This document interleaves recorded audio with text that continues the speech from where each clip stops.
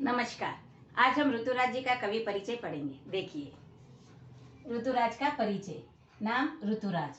देखिए, ऋतुराज कवि का नाम है। जन्म सन 1940 में इनका जन्म हुआ था। स्थान भरतपुर। देखिए, स्थान भरतपुर नामक एक गांव में इनका जन्म हुआ था। शिक्षा राजस्थान विश्वविद्यालय जयपुर से अंग्रेजी में उन्होंने एमए किया। देखिए, उन्होंने राजस्थान के विश्वविद्यालय से उन्होंने एमए की पढ़ाई पूरी की थी।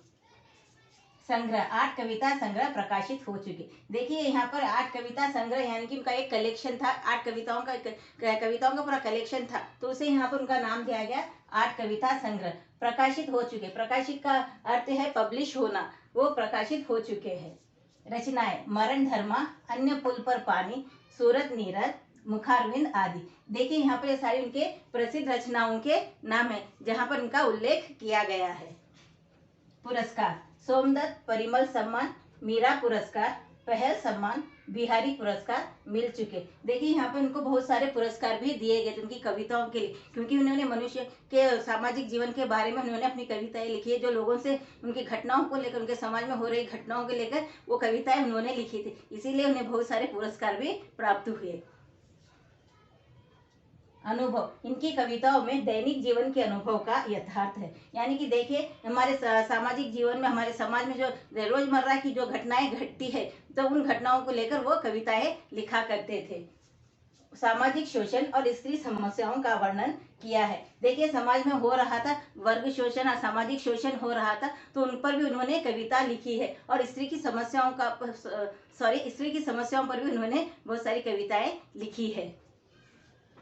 भाषा सरल, सहज और सरल है। देखिए, यहाँ पर ऋतुराज जी की जो भाषा है, कविता में लिखने की जो शैली है, बहुत ही सहज और सरल है। उन्होंने हिंदी के जो साधारण से जो शब्द होते, उन्हीं शब्दों को लेकर उन्होंने कविता लिखी, तो उन कविताओं को पढ़ने वाले बहुत अच्छे ढंग से उन कविताओं को समझ पाते हैं, और इसीलिए उन ऋतुराज की कविताएं बहुत पसंद से वो पढ़ा करते हैं।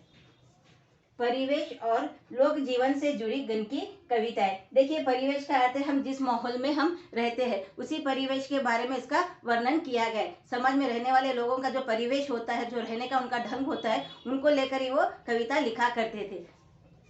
और लोक जीवन से जुड़ी इनकी कविता है। लोक जीवन यानी कि लोगों के जीवन से जुड़ी हुई घटनाओं को लेकर, लोगों समाज में जो लोग रहते हैं, उन लोगों की जो समस्याएं होती है, जैसे कि अमीर गरीब लोग और स्त्री की समस्याओं पर, बहुत सारी औरतों की समस्याओं पर, इन घटनाओं को लेकर ही वे कविताएं लिखा करते थे। और इनकी भाषा बहुत ही सरल और सहज है। जो साधारण शब्दों का उनका प्रयोग करते थे, ज़्यादा